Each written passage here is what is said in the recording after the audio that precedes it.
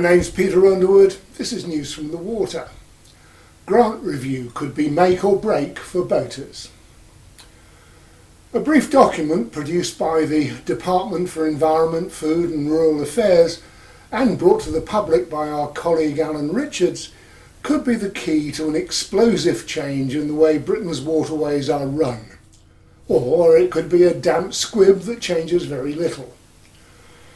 David Cameron, vilified by many for his Brexit referendum and now under question over his lobbying for Greensill, made another big decision when he was first elected and instructed civil servants to hive off British Waterways into the so-called third sector, handing assets and responsibility for one of our greatest industrial legacies to a sort of charity.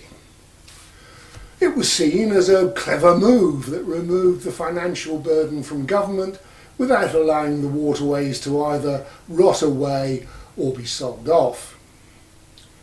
Although Canal and River Trust was seen as a pioneer for a new approach to certain public bodies, hiving them off into some sort of charity, it turned out to be the only example of that animal.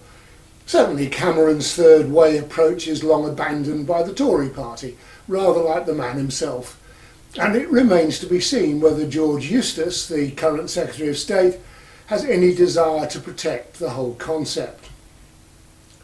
Since CRT was created in 2012, the taxpayer has been footing the bill on a similar scale to the cost of British Waterways through a 15-year agreement to 2027 with a core grant of nearly 40 million and a top-up of another 10. If the Trust reaches minimum requirements, that is. Now those figures have continued to be adjusted for inflation, although that starts tailing off this year.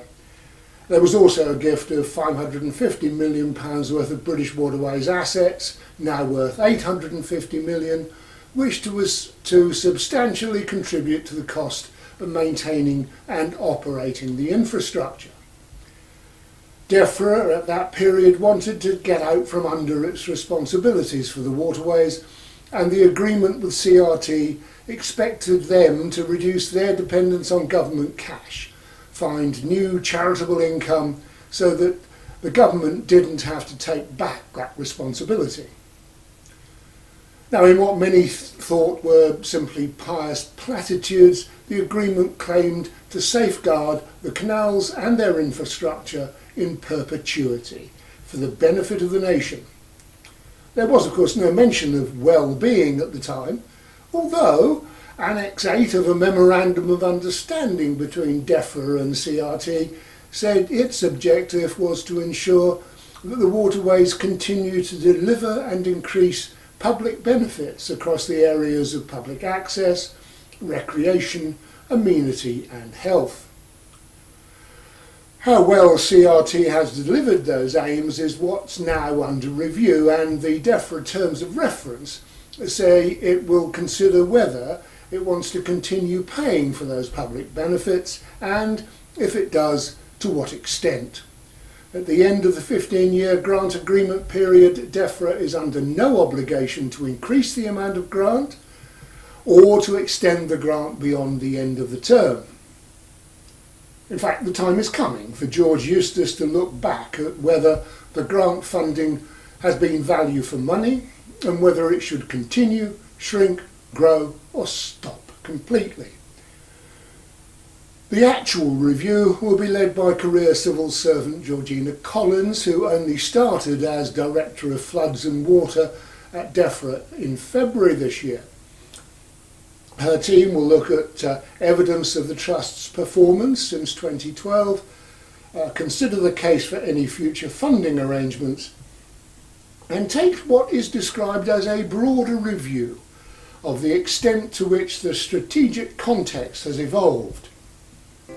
And that would seem to be CRT's cue for making a case for its well-being initiative as a reason for more Wonga. The original 2012 deal said this review should look at whether CRT had met the criteria, which should now lead to questions about the lack of income from the Friends scheme and the sale and neglect of some heritage properties. It should also look at whether there have been unintended consequences, and CRT's dramatic underspend on reservoir safety may be seen as relevant in that situation. The review will ask the fundamental question of whether government intervention is still required, and will evaluate the success of the trust in generating additional income. Now that's an area where lottery funding and investment income will count as a plus, but charitable giving is something of a minus, one would think. The trust should score well on civil society benefits with its successful volunteer programme. Now DEFRA will make an assessment of the trust's ongoing financial sustainability and make a risk assessment, including the heritage and asset base. It looks as if CRT has already won one battle, in that DEFRA has agreed to look at future funding in a context that includes the role of waterways in society, the government's broader policy objectives and priorities, and long-term recovery from COVID-19, fertile ground there for wellbeing stuff. And the long-awaited merger with DEFRA's own waterways is on the cards, as the review promises to look at a wider strategic context regarding other inland waterways and navigation authorities, including the Environment Agency.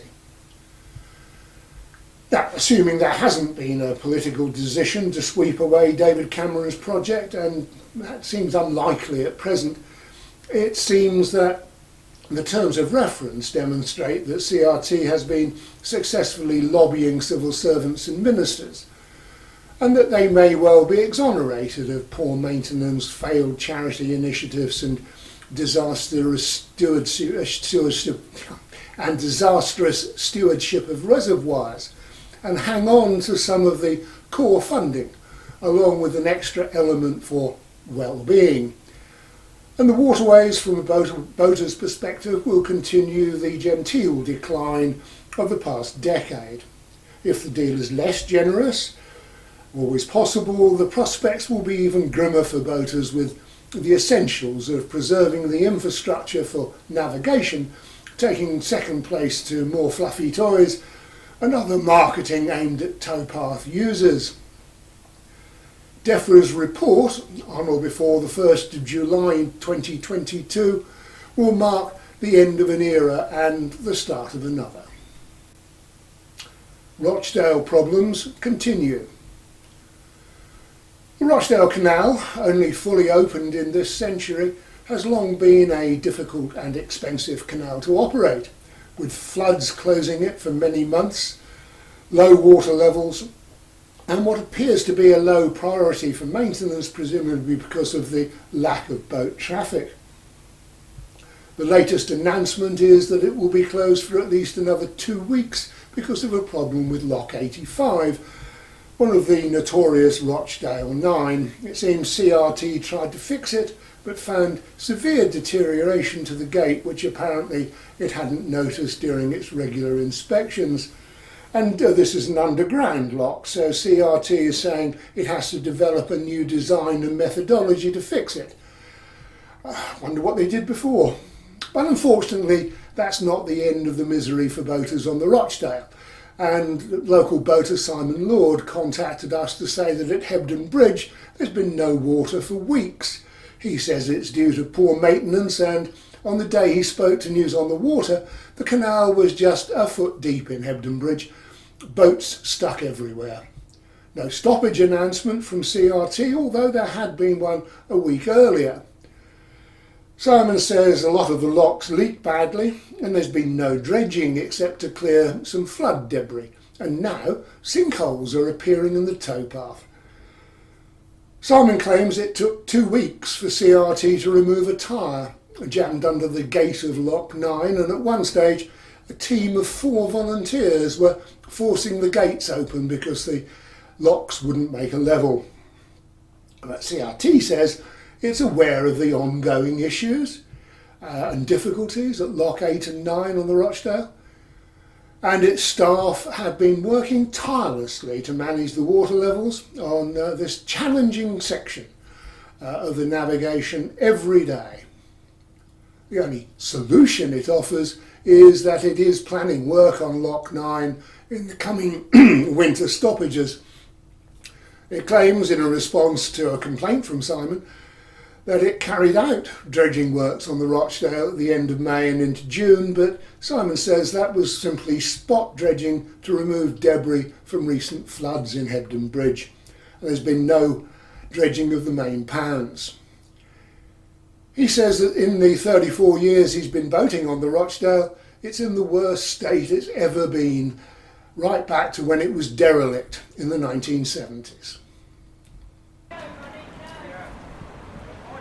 Boating organisations keep up the fights with CRT. Now, some of the key issues of recent months still remain to be settled, at least from the point of view of major boating organisations. The most recent NABO, National Association of Boaters Organisations Council meeting decided to write to members and CRT outlining its continuing concerns about the revised, changed, revised again terms and conditions. It says it thinks there are now 3 differing versions of the document in circulation, with the potential to cause much confusion. NABO still doesn't think CRT's got it right, and they pick up on 4 key issues, some of which were not even consulted on, and which they say would impact negatively on boaters. The first is the creation of a new continuous cruising licence. CRT says that's not really a change, it's a clarification. But NABO say that if that's the case, why the misleading heading that states the following types of licence can be applied for? Why has CRT felt the need to do this unless it's to commence a process of licence changes and charges in the future? Second, the conditions for home moorers have changed. Boaters with a home mooring are now required to be on a, quote, genuine cruise when leaving their mooring, not remaining in one general area. And this requirement gives CRT powers not granted under the 1995 Waterways Act. The third concern is with clause 11.2, which states that boaters must follow the instructions of volunteers.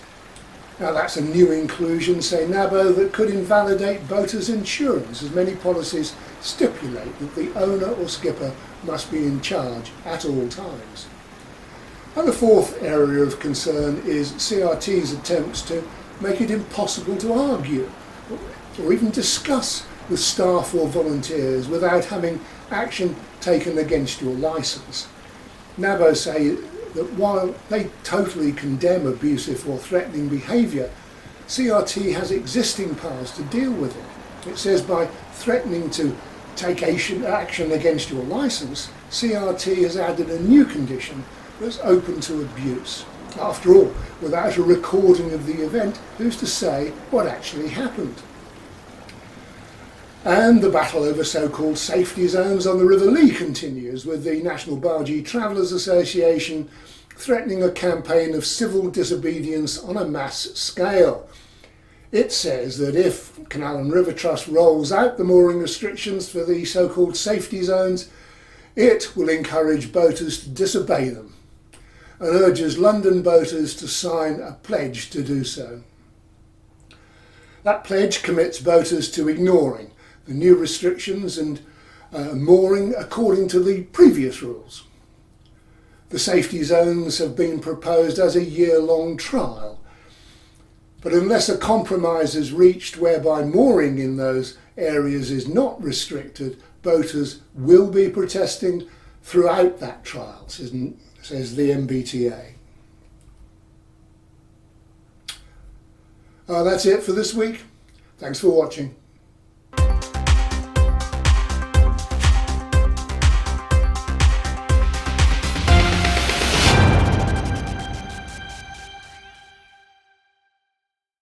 We need video and photos of all aspects of the waterways. Email files to peterunderwood2@gmail.com with your name and a brief description of it and where and when it was shot.